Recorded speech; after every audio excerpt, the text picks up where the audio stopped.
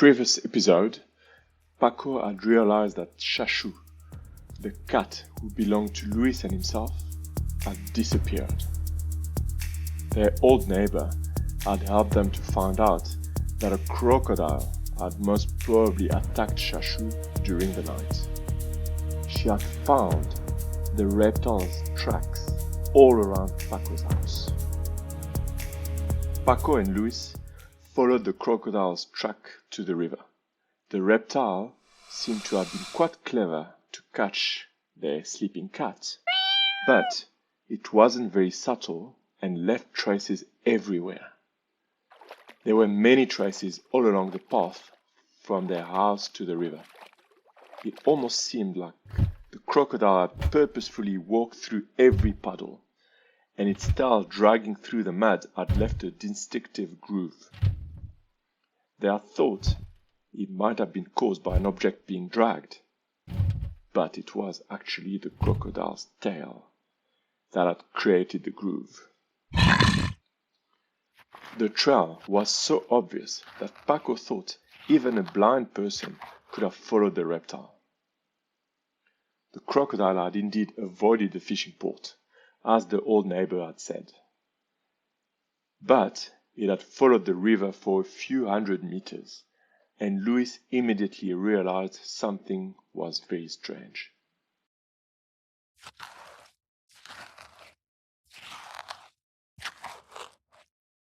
"Look, Paco!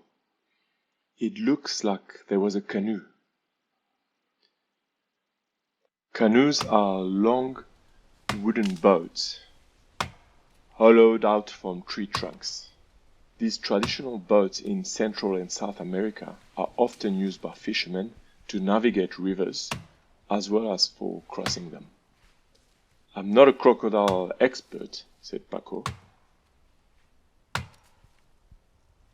"but I don't think crocodiles get into boats. This whole thing is strange.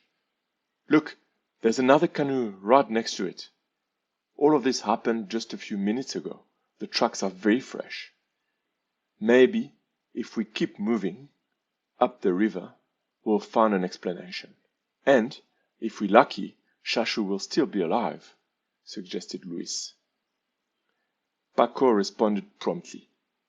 "Listen, I'll quickly go back home, grab my backpack, some provision for food and drink, and a few things that might come in handy. I don't think we'll be going to school today." As he said this, the two friends displayed smiles that spoke volumes about their motivation for school.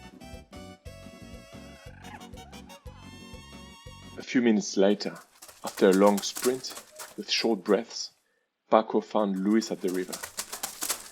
They both got into a canoe and began rowing upstream.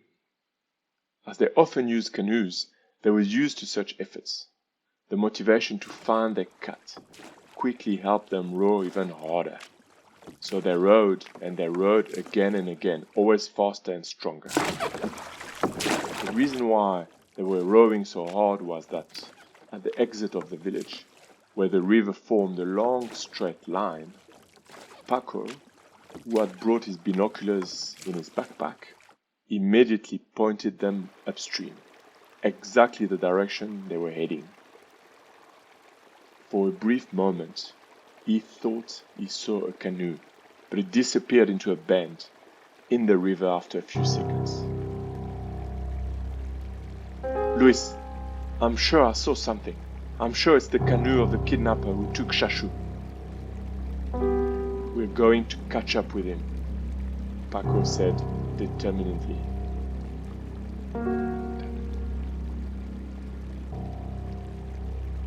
At this point in the story, it is important to realize that not only had the two friends decided to skip school for the day, but they had also embarked on a pursuit of a crocodile who had kidnapped a cat and was fleeing in a canoe upstream the river.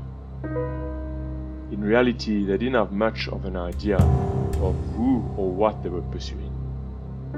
With some hindsight, all of this would have seemed a little irrational and unbelievable, but The only thing that mattered to them was finding Chachou safe and sound as quickly as possible.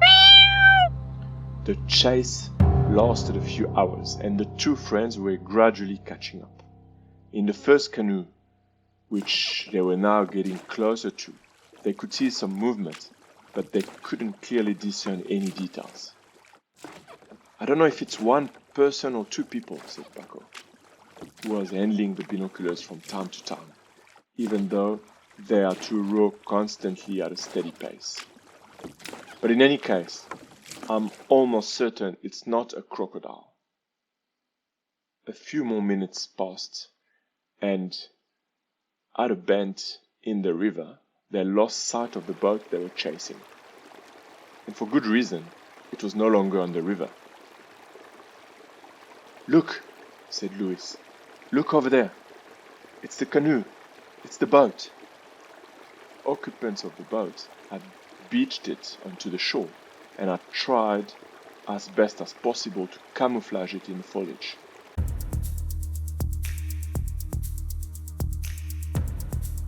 "Paco," said Luis, "we're now deep in the forest. I don't know if our parents won't start worrying. Our parents won't be back until after sunset," said Paco. "If we hurry and get back just before them, they won't know a thing." "Yes, that's true," said Luis. "But let's be careful, because I don't know this area.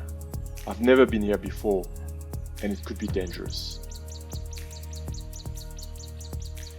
They landed and pulled their boat onto the solid ground, right next to the canoe they had been chasing for several hours.